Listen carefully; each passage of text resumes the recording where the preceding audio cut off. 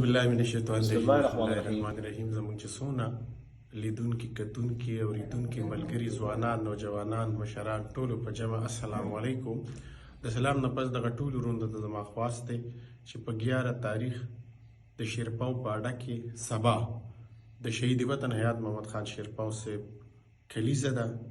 انشاءالله د دې ټولو وروڼو نه دغه تمه لرم چې سبا به موږ سره ټول په ګڼ تعداد کې شمولیت کوي که خیر راضي به دا یوازې زموږ نه د دې ټولې تحصیل تنګي د دې ټولې علاقې د ټولو پښتنو مشرو د دې ټولو نوجوانانو دپاره د مشرانو دپاره د خپل ځان قرباني ورکړې وه.